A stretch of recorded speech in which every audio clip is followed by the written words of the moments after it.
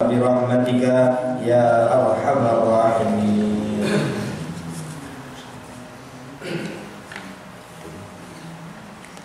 Wa aqimus sholata wa atuz zakata.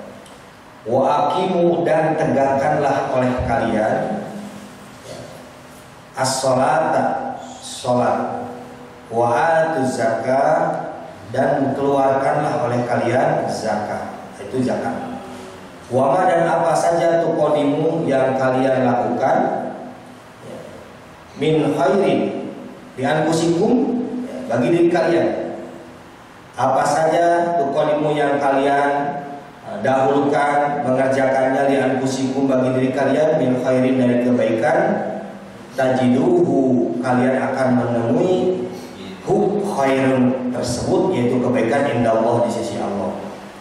Innallaha bima ta'maluna basir. Sesungguhnya Allah bima, kepada sesuatu, ta'maluna, yang kalian kerjakan atau kalian lakukan, basirun, mengetahui atau melihat.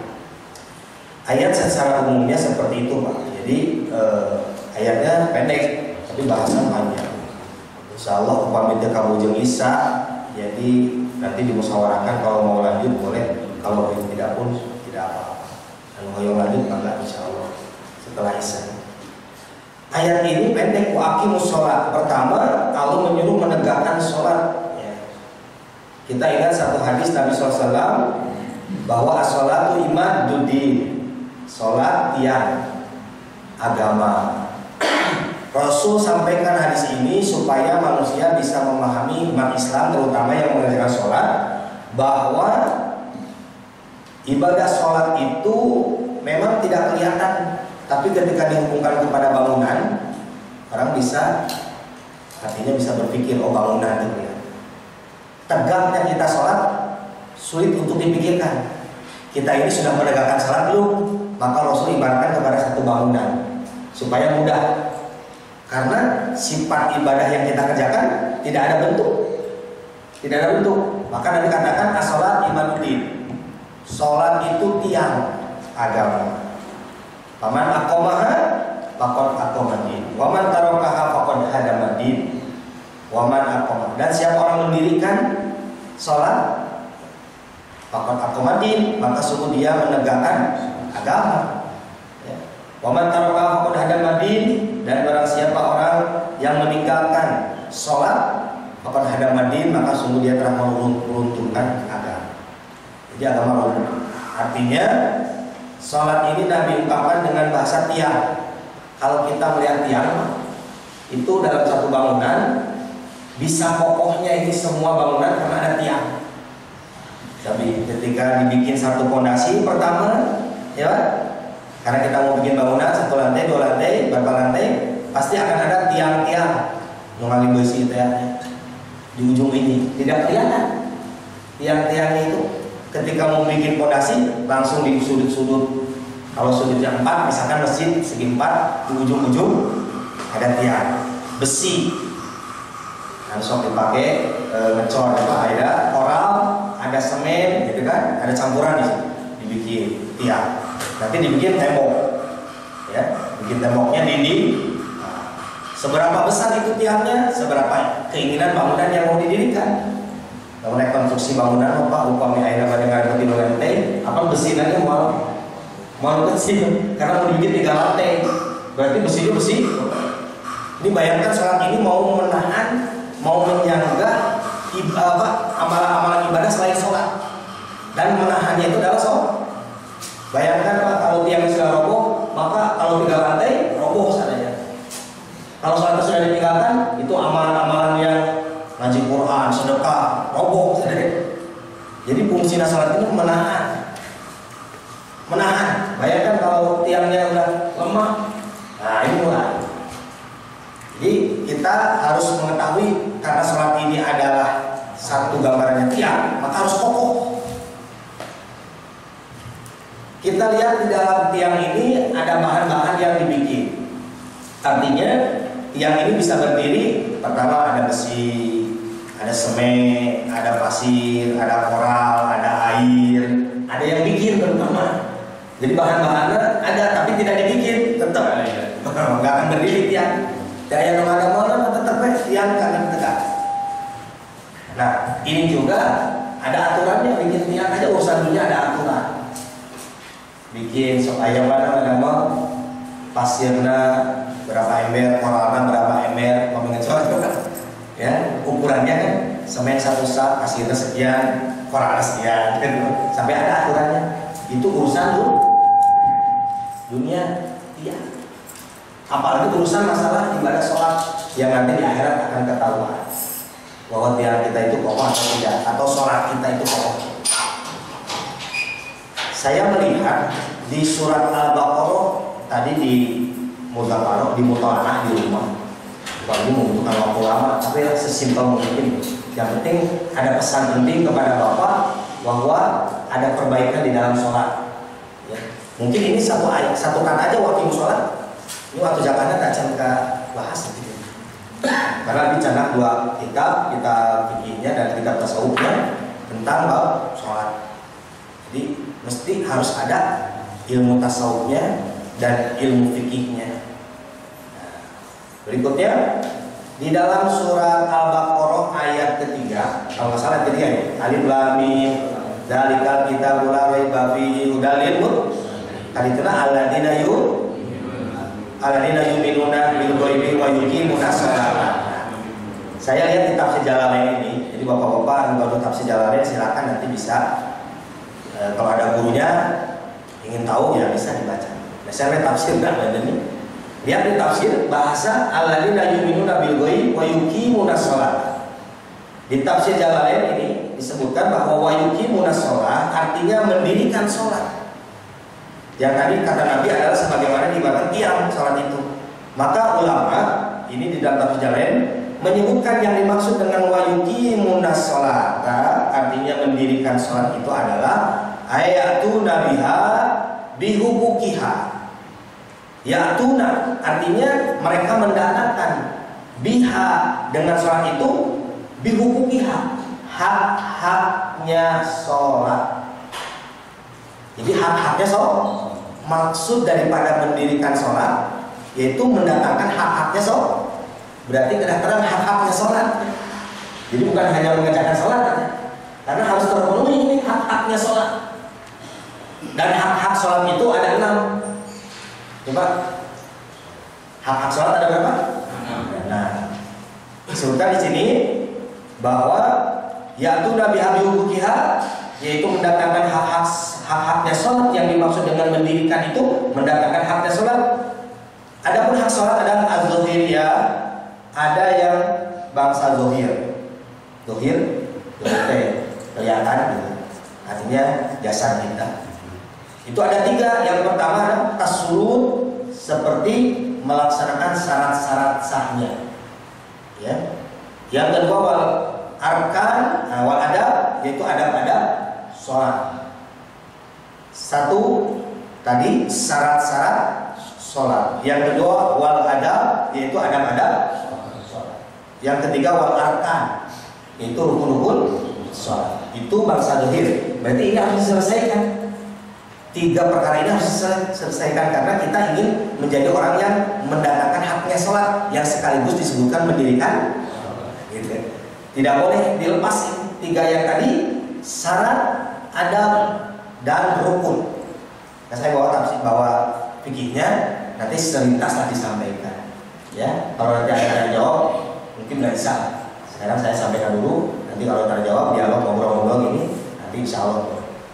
Saya sudah cancel jadwal setelah Isya. Minta izin kalau nanti nggak keburu, ya bangga Pak Ustaz. Tapi Isya di Asaripa Perumahan Pelangi. Kami minta izin kalau nggak selesai kami berdiri gitu. Ini penting disampaikan. Yang kedua yaitu wal batiniyah, yaitu hak-hak sholat itu bangsa batin. Karena ibadahnya ada 2, ada rohani dan jasmani. Ada dohiriyah dan batiniyah. Dohiriyah yang katingal orang dohir, batiniyah yang di dalam. Ayat rohaniyah, ayat jasmaniyah sama. Jasmani itu fisik, jasanya. Adapun rohaniyah itu yang di dalam.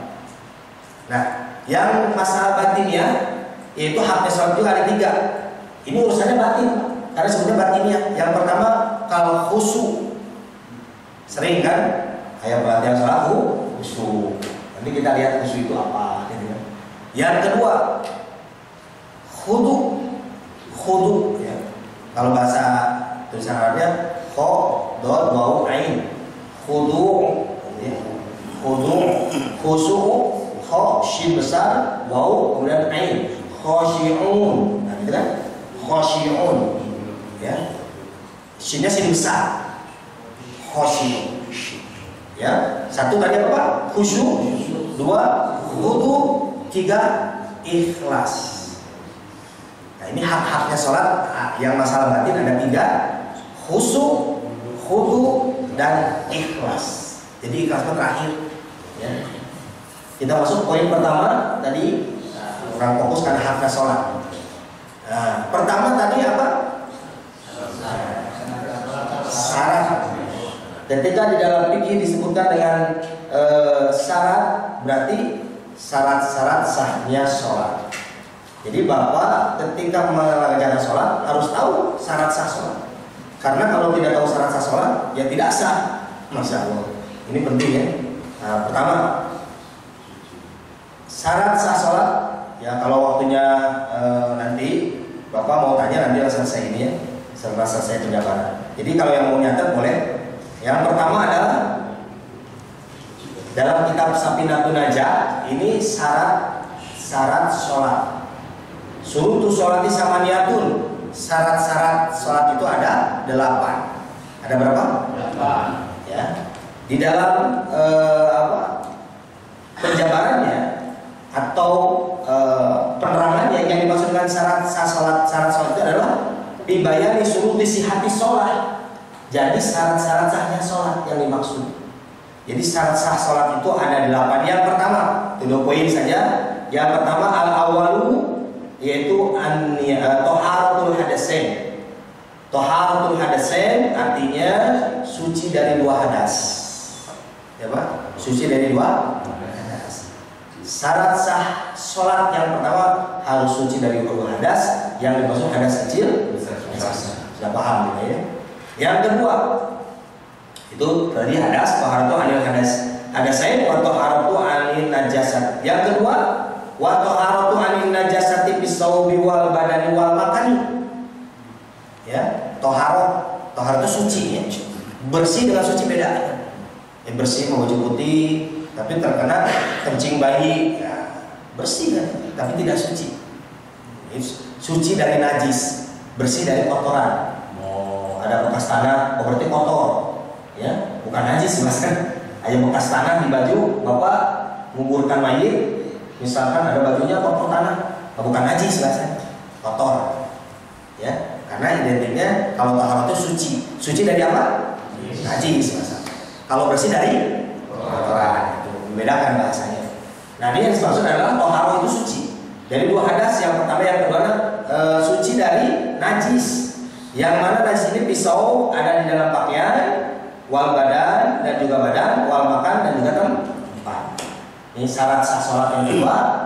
Setelah suci dari 2 hadas besar, dari 2 hadas atau hadas kecil dan besar, itu suci dari najis yang ada pada pakaiannya, badannya dan juga tempatnya. Yang ketiga, wasatrul aurati, yaitu menutup aurat. Menutup aurat. Ini syarat sah sholat. Yang ketiga, yang keempat, wastiqbalul kiblat, menghadap kiblat. Ya. Yang keberapa? 5. Waduhulil waktu, yaitu memasuki waktu. Kalau ada orang yang sholat zuhur jam 11:30, adanya jam 12 bisa ke zuhur, sah Pak? Tidak sah. Ya. Jadi yang kelima, yang keberapa? Nah, ini wal ilmu bifardiyatiha. Jadi mengetahui ilmu bifardiyatiha, ya, yaitu yang dipardukan di dalam sholat tersebut. Ya. Artinya orang yang melaksanakan sholat harus tahu, ya, sholatul fardu fardon, ya, mengetahui ilmu yang dipardukan, ya. Bahkan yang ketujuhnya, ini kan sholat apa ini? Sholat mayit, sholat apa Pak? fardu kifayah. Jangan bingung sholat mayit sholat naon, sunat atau wajib. Nanti ada yang sholat mayit bingung karena jarang melaksanakan sholat naon, susah nggak tahu hukum. Jadi tahu hukumnya karena nanti ketika kita berniat itu itikadnya harus sholat. Wal ilmu biparniat, artinya mengetahui kefarduannya itu hukum sholat. Yang ketujuh ya. Wa alla yataqidah fardhon min furudiha sunnatun. Yang ketujuh adalah wa alla tidak boleh mengitikadkan, tidak boleh itikad artinya tidak boleh menekankan. Itikad itu apa? Ya, sanes lihat. Ya, nekankeun kan? Nekankeun itu mengitikadkan ya. Itikodi ya. Ya, orang sudah bahasa umum tekan kamu apa? Oh, saya ini kan itu dalam hatinya tekan. Jadi itikodi itu adalah hati ya, yang di dalam hati. Mengitikadkan ya, artinya dia tekankan dalam hatinya. Seperti orang naik angkot, beda-beda kan tujuannya. Dia itikadnya ada yang ke pasar, ada yang ke kantor, dalam hatinya itikadnya kemana? Nah, ada keperapatan berhentinya, supir berhenti, stop, beda-beda. Dalam hati berarti kan tidak diketahui satu angkot itu tujuannya sama, tidak. Oh ternyata berarti di rumahnya udah punya itikad. Saya mau ke pasar, berhenti di pasar, saya berhenti kantor, beda-beda. Kan dalam hati nih, meskipun satu angkot, misalkan ya. Nah, itikad yang ketujuh tadi tidak boleh mengitikadkan fardhon yang fardu min furudiha sunnatun. Dari hal-hal yang fardu menjadi sunat ya. Maka ini tidak boleh mengitikadkan yang hukumnya fardu ya, menjadi sunat min furudiha. Ataupun sebaliknya. Nah, ini juga harus mengetahui bahwa setiap yang kita laksanakan dalam fikihnya ini harus tahu bahwa ini yang dilakukan adalah fardu, tidak boleh ditingkatkan sunnah. Ya. Itu dalam hukum sholat. Berikut juga dalam keilmuan di dalamnya. Saya bapak-bapak yang biasa melaksanakan sholat, coba kalau mengucapkan ketika sholat Allahu Akbar itu hukumnya apa? Wajib. Nah, ya. Kalau dalam fikih mah ya wajib. Kalau wajib mengerjakan. Hukumnya apa? Fardu, sunat, mubah itu berarti ya. Jadi apa hukumnya? Fardu. Ya. Nah, ini hukumnya fardu. Kalau setelah misalkan kita membaca surat Al-Fatihah itu baca surat, kemudian ruku kan baca Allahu Akbar, ya kan? Mau ruku baca Allahu Akbar, itu hukumnya Allahu Akbarnya apa? Sunat. Kalau nggak bilang Allahu Akbar boleh nggak? Ya. Dari berdiri mau ruku kita baca Allahu Akbar, misalkan ya ini jangan ketika ada tidak membaca tidak boleh. Nah, itu kan tidak sah, apalagi tidak sah ya. Jadi itulah hukum-hukum dari sejak takbiratul ihram atau dari sejak niat sampai assalamualaikum harus tahu. Karena saya pernah menyampaikan ke pengajian, ya Bu Ibu kalau saya sholat misalkan sami Allahu wa hamidah terus tidak baca apa-apa gimana sholatnya? Ya harus baca. Kalau pada waqa'a harus baca. Ya, kalau tidak ya tidak sah. Ada yang menekankan tidak sah. Berarti kalau tidak sah berarti hukumnya dia merasakan itu wajib. Kalau tidak wajib itu berarti tidak sah seperti Al-Fatihah. Makanya harus tahu hukum di dalam bacaan karena ada rukun qauli, ada rukun fa'li, ada rukun qalbi. Dalam sholat itu ada 3 rukun. Dalam sholat ada 3 rukun qauli. Nanti apa saja? Mana yang ucapan yang wajib di dalam sholat, mana saja. Jadi harus tahu ya. Supaya nanti dibedakan antara sunat dengan. Karena ketika sholat banyak orang sholat tapi dia nggak tahu ini bacaan ini hukumnya apa. Kalau nggak tahu, oh ini ya sholat ini dia nggak tahu. Ya sebenarnya dia tahu. Atau nggak tahu kepada orang yang ini tahu yang ini tidak tahu. Tapi tidak mesti dikelihatkan. Oh mungkin yang bersorban, yang kayak seperti ini tahu. Bisa jadi yang sholatnya biasa-biasa gitu kan dia ilmunya tahu. Tapi yang segalanya komplit bisa jadi nggak tahu apa-apa bisa. Jadi tidak melihat fashion. Tetap keilmuan itu. Jadi tidak melihat dohirnya. Tapi yang pasti ya setelah kita punya ilmu, ya dohirnya pun harus bagus, harus ya. Jangan melecehkan ilmu juga, gitu kan? Kalau kita mengagungkan sholat atau ibadah. Kemudian ada rukun fa'li, pekerjaan, ya pekerjaan, gerakan-gerakan di dalam sholat. Itu juga harus tahu mana ini yang hukumnya sunat, mana ini hukumnya wajib, ya. Kemudian rukun qalbi adalah niat. Nanti bagaimana tata caranya ada juga dibahas. Terus 7 Pak, yang terakhir yang ke-8 ya. Dilihat nih, 1 tadi apa? Suci dari 2 hadas, yaitu hadas kecil dan hadas besar. Yang mana hadas kecil bisa hilang dengan wudu, hadas besar dengan mandi. Itu Itu juga dibahas nanti wudu dan mandi itu gimana, ya panjang. Nah yang kedua tadi suci dari najis, najis yang ada pada pakaian, badan dan tempat. Yang ketiganya menutup aurat, wasatrul aurati. Yang keempatnya wastiqbalul kiblati, menghadap ke arah kiblat. Yang kelimanya memasuki waktu, aduhulil waktu, memasuki waktu. Yang keenam mengetahui ilmu fardu-fardunya sholat, ya. Dan yang ketujuh walayatikra fardhu min sunat. Tidak boleh mengintikankan yang fardu ya menjadi sunnah ataupun sebaliknya. Kemudian yang ke-8 wastinabul mubtilati, artinya menjauhi hal-hal yang membatalkan sholat. Berarti kedatangan batal sholat, karena mau menjauh dari batal sholat gimana kalau tidak tahu itu hal membatalkan. Nah itulah poin pertama. Itu udah dibahas satu-satu sebetulnya. Cuman berikutnya ini kalau saya bahas, cuma silakan nanti kalau ada kesempatan waktu lain yang mau secara khusus boleh, karena dibahas tadi dari jam 5 buka-buka kitab adab sholat, ini nggak selesai 1 jam. Nanti kita 5 dan kita adab maghrib melihat adab sholat nggak selesai. Adab sholat adanya di kitab Bidayatul Hidayah.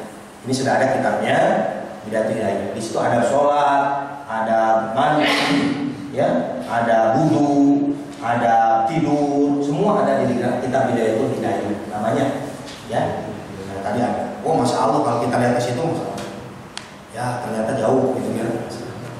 Nah berikutnya yang ketiga tadi yang dohir adalah rukun, ya, rukun. Karena saya kalau yang ada ini panjang sekali bahasannya, saya langsung ke rukun aja, ke poinnya. Rukun sholatnya ada berapa? 17. Ada yang 13. Kita padahal sebetulnya sama. Nah ini kalau orang sudah paham, yang mau 17, yang 13 sama sebetulnya.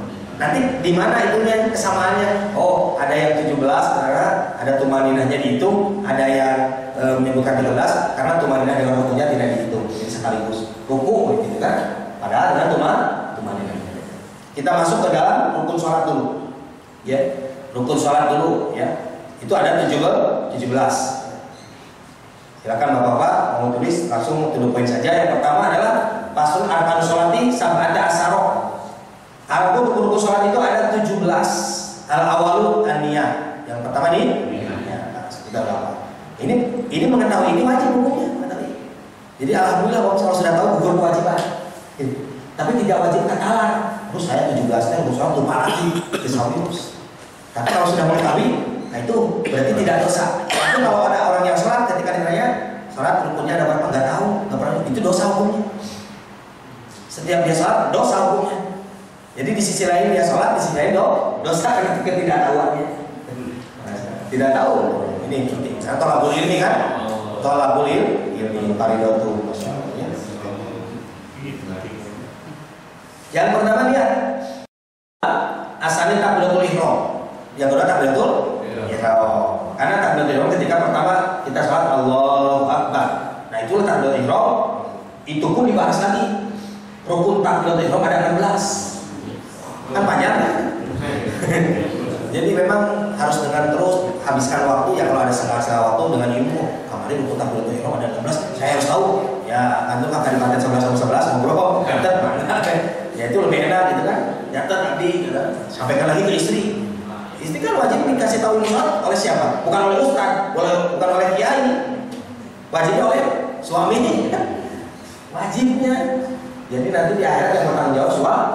Mau ustaz cerita, ustaz kenapa itu istrinya si Anu nggak tahu? Itu bukan suaminya, suaminya. Jadi bukan kewajiban ustaz.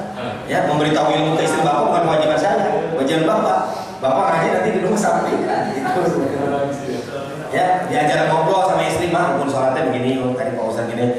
Terus nanya, nggak tahu, nanti tanya lagi Pak Ustaz. Gitu aja nanti dia. Ada di dialog bagus, ada kiro agama ya misalnya.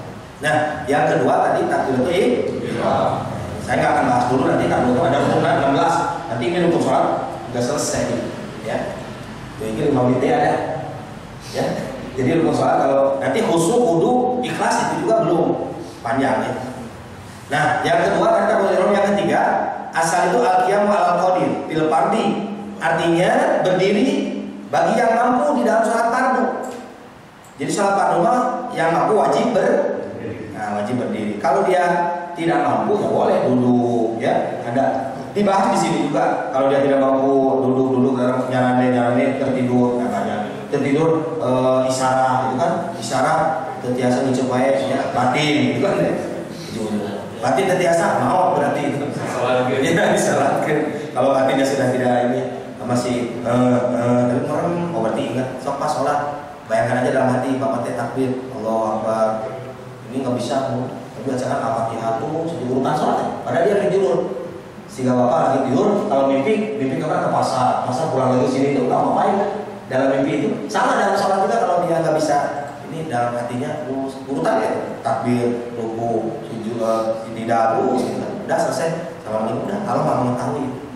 Nah ini kewajiban kita bagi orang yang tidak mampu nanti sampai kadar dia masih hidup tetap wajib sholat cuma harus kita pahami ya sejauh mana fikihnya dalam mempraktekkan ibadah sholat. Jangan sampai yang sakit ya udah usah sholat aja masih hidup atau tetap kan yang masih hidup ya masih hidup itu wajib sholat. Ya, yang keberapa? Keempat. Jadi bagi orang yang mampu berdiri wajib berdiri dalam sholat fardu. Kalau sholat sunat mampu berdiri duduk boleh. Bapak sholat tahiyatul masjid, nggak apa-apa duduk. Nah, ya ini lagi malas aja pengen duduk. Ya. Tapi pahalanya nisfu setengah dari berdiri, ya setengah dari berdiri. Itu kalau sholat sunat boleh. Kalau sholat fardu kalau mampu berdiri. Nah, kumaha cenah paminyaran kamarnya gempa pikiran gitu sampai daripada magubrak gitu ya. Magubrak sholat gini-gini kalau tidak megangan berarti jatuh semua. Sampai terberes jadi kan. Itu mah karena kondisi darurat beda.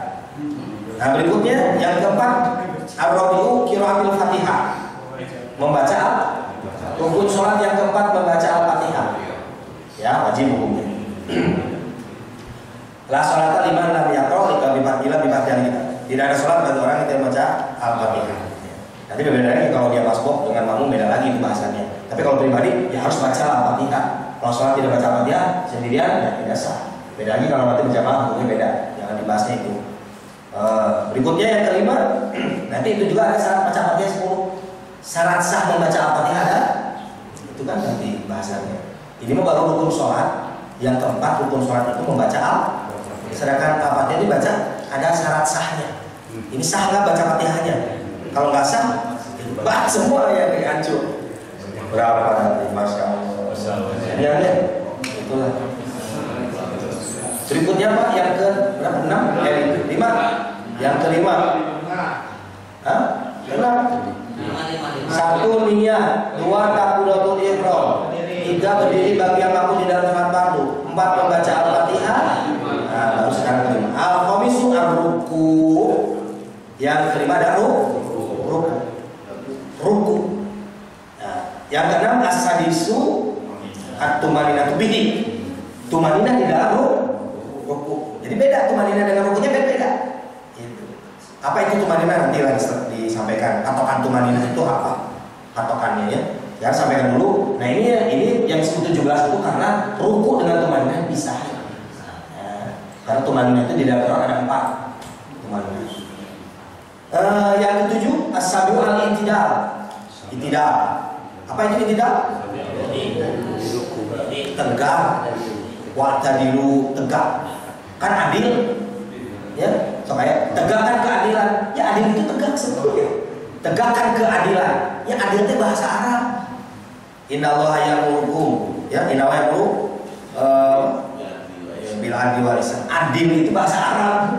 Bahasa Arab. Ain dan lam. Tapi ada tegakkanlah keadilan. Ya, adil itu artinya tegakkan. Arti adil itu tegak. I'tidal. Jadi ketika seperti ini apa di dalam surat Al-Qadar ya, malam Lailatul Qadar. Ya, hari Lailatul Qadar artinya apa? Malam Lailatul Qadar. Jadi malam Qadar. Ya udah malam aja gitu. Kita malam Lailatul Qadar. Lailatul itu malam.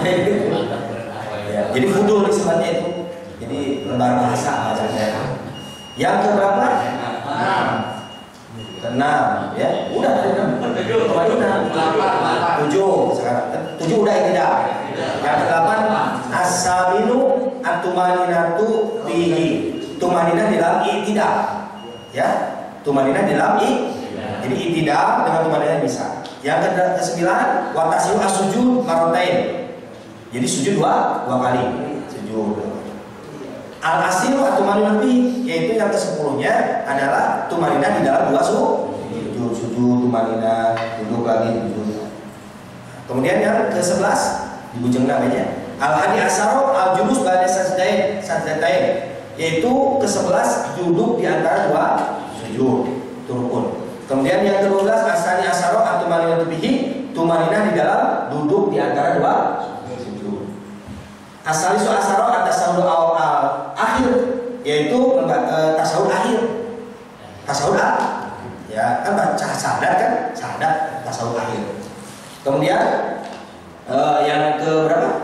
14 ar-rabi'u asyara al-qu'udu fihi, yaitu duduk di dalam tasawuf. Kan tasawuf dibacanya duduk. Itu termasuk rukun juga. Kemudian yang ke-15 al-khamisu asyara as-shalatu ala nabi, membaca salawat kepada Nabi sallallahu alaihi wasallam di dalam tasawuf tadi. Kan di dalam tasawuf bahasa salawat kan? Allahumma sholli asyhadu an la ilaha illallah wa asyhadu anna rasulullah, Allahumma sholli ala Muhammad wa ali Muhammad, atau Allahumma sholli ala sayyidina Muhammad, tidak ada masalah. Jadi jangan ada masalah lagi kalau kata pakai sayyidina dengan tidak apa-apa gitu. Meskipun di dalam redaksinya Allahumma sholli ala Muhammad wa ali Muhammad, banyak redaksi gitu kan. Tapi tidak menjadi bahasa kata ulama tidak bermasalah karena tidak merubah makna gitu. Dengan pakai kata sayyidina ataupun tidak apa. Ke berapa 16 asalisu asyara as-salam, yaitu membaca assalamualaikum ya. Jadi wajibnya membaca assalam warahmatullah, hukumnya sunnah. Jadi wajibnya kalau ada orang assalamualaikum, ada kamu kenapa enggak pakai warahmatullah ya, mungkin wajibnya segitu ya. Tapi Bapak dalam tata cara salamnya harus diperhatikan ketika ada yang salam begini, ketika assalamualaikum, jadi posisi membaca assalam, karena nanti dibahas definisi sholat ya. Awalnya al-mutatahatu bitakbir wa mutatahatu bitaslim, aqwalun wa af'alun.